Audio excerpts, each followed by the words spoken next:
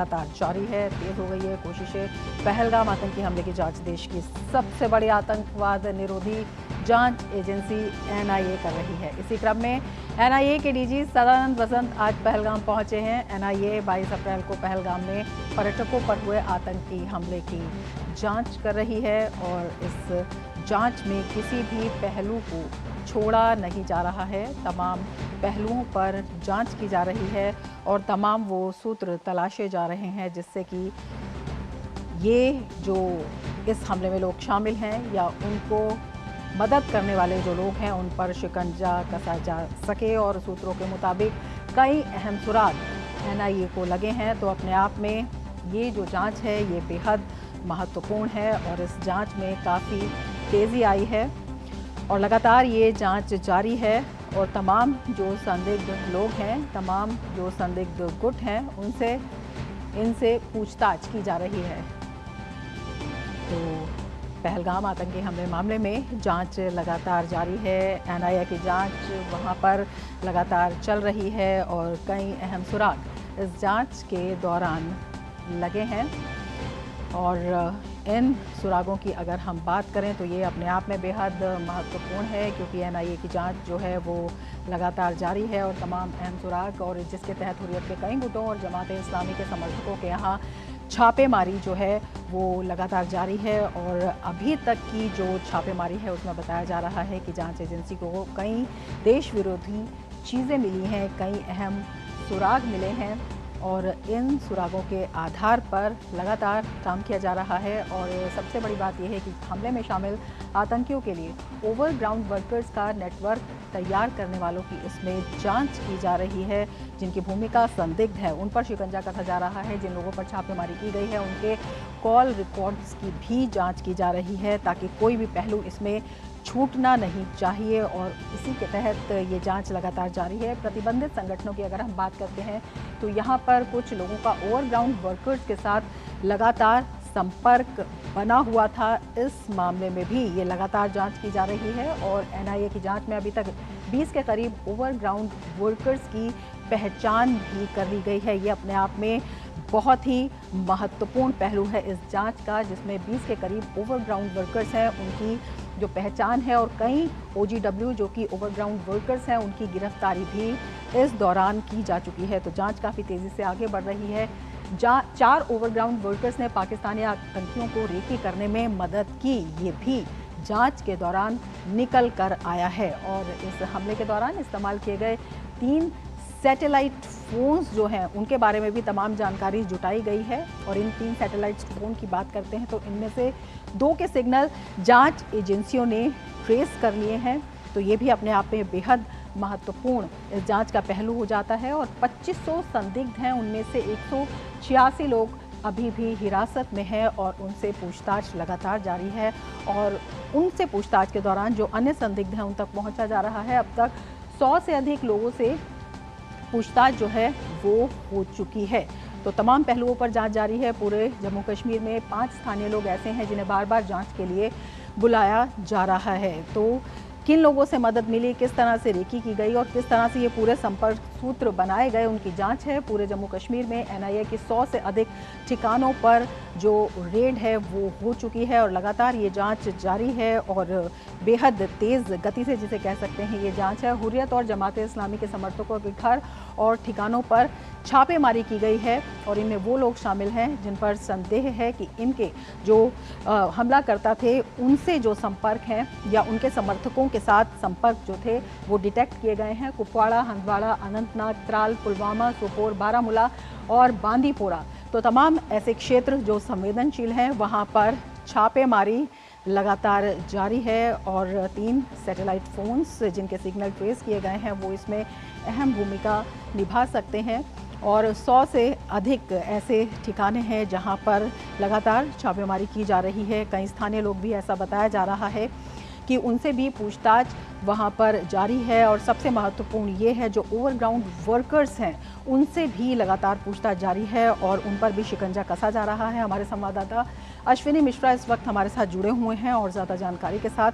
अश्विनी, आपसे समझना चाहेंगे किस तरह से इस जांच में तेजी आई है और लगातार इसे कहा जा सकता है कि जिस तरह से जो ओवरग्राउंड वर्कर्स हैं या फिर कुछ स्थानीय एलिमेंट्स भी ऐसे हो सकते हैं, क्योंकि एक बड़ी रेकी जो की गई उसकी बात भी सामने आ रही है, तो अपने आप में किस तरह से जांच के दौरान ये तमाम संपर्क सूत्र जो हैं वो साजिशकर्ताओं के खिलाफ जुड़ते जा रहे हैं? जी रमा, एक चीज़ यहाँ बताना बेहद ज़रूरी है कि एनआईए के DG director general NIA Sadakant Vasant Date खुद वैसरन वैली में है, पहलगाम में पहुँच चुके हैं। घटनास्थल का वो दौरा कर रहे हैं जहाँ पर ये जघन्यतम बर्बर अमानवीय हिंसात्मक आतंकवादी घटना हुई थी, जिसमें 26 लोगों की जान गई थी। जांच जो चल रही है, एक आईजी, एक डीआईजी, एसएसपी रैंक के अधिकारियों द्वारा जो टीमें गठित की गई है उनसे लगातार जो है एनआईए हर एक पहलू पर जाँच कर रही है। सबसे बड़ी बात यह है कि जो लॉजिस्टिक सपोर्ट देने के लिए जो यहाँ पर स्लीपर सेल थे, जो यहाँ पर ओवरग्राउंड वर्कर्स हैं, उन सब की पहचान की गई है, पूरी की पूरी लिस्ट बनाई गई है। 80 से ज़्यादा ओवरग्राउंड वर्कर्स को हिरासत में लिया गया है। सैकड़ों लोगों से अब तक पूछताछ की जा चुकी है। 3D मैपिंग की गई है वैसरन वैली की। कल 7 घंटे से ज़्यादा एनआईए की टीम वैसरन में उस स्थान पर रही जहाँ पर आतंकवादी घटना को इन कायरों ने अंजाम दिया था। आज भी 3D मैपिंग चल रही है। बम डिस्पोजल स्क्वाड हुए, जो आधुनिकतम उपकरण हुए, फॉरेंसिक टीम हुई, ये अन्य अन्य स्थानों पर जाकर पूरे के पूरे उस पूरे क्षेत्र को खंगाल रही है कि किस तरीके से इस मामले में सबूत जुटाए जा सके।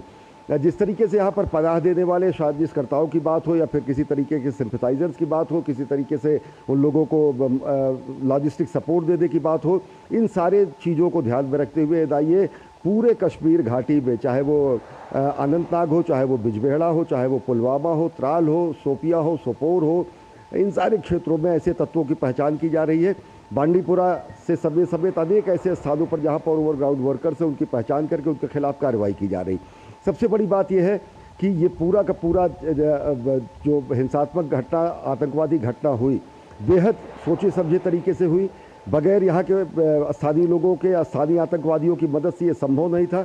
2 आतंकवादियों के यहाँ पर शामिल होने की बात कही जाती है। उनके एग्जिट पॉइंट, एंट्री पॉइंट जो भी थे, उस पूरे इलाके को घेरा गया है। लेकिन ये माना जा रहा है कि उनके पास खाने पीने की चीज़ों से लेकर बेहद सिक्योर कम्युनिकेशन सिस्टम था, जिससे कि वो बातचीत जहाँ पर कर रहे थे, सारे टावर्स की खंगाले गए हैं, सारे कम्युनिकेशंस खंगाले गए हैं। ये माना जा रहा है वो सैटेलाइट फ़ोन का इस्तेमाल कर रहे थे। और इन सारे पहलुओं को देखते हुए एनआईए तेज़ी से इस निष्कर्ष पर अभी है कि इन्हीं क्षेत्रों में अभी फंसे हुए लोगों को तेज़ी उन पर शिकंजा कसते हुए उनको उनके अंजाम तक पहुंचाया जाए। अभी भी ये माना जा रहा है कि वो कहीं भाग नहीं पाए हैं, इसी क्षेत्र में हैं और उस क्षेत्र की घेराबंदी लगातार करके और ज़्यादा बारीक तरीके से उसकी जांच की जा रही है। अब जबकि खुद डीजी एनआईए यहाँ पर पहुँचे हैं, अब तक हुई जांच की वो समीक्षा करेंगे, प्रगति लेंगे। जो भी जांच के अन्य पहलू है, जो भी चीज़ें हैं, उनसे वो अवगत कराए जाएंगे। और खुद जब इस टीम की जांच अगर देखें, आपकी आईजी लेवल के अफसर की अगुवाई में हो रही है, तो जांच की जल्दी ही किसी निष्कर्ष पर पहुंचते और निश्चित ही तौर से सीमा पार से जुड़े हुए जितने इसके आतंकवादी सूत्र हैं, जितने आतंकवादी इस आका हैं, उन तक भी सारे के सारे सबूत निश्चित तरीके से हमें हासिल हुए हैं।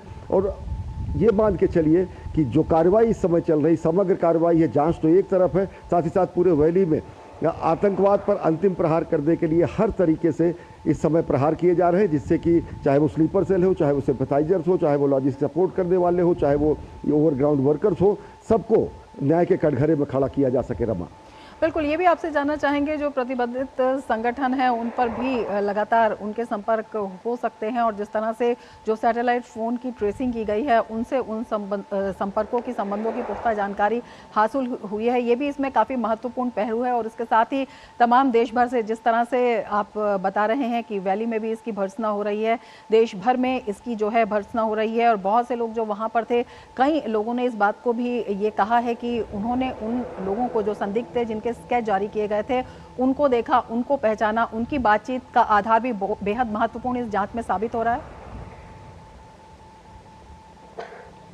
जी, बहुत सारे लोगों ने, कई नाम भी आए हैं जो कि पब्लिक डोमेन में है, उन्होंने ईमेल करके बताया कि हम जो है इस तरीके से धर्म क्या पूछा गया, या फिर 1-2 दिन पहले उन्होंने इस तरीके से लोगों को देखा था।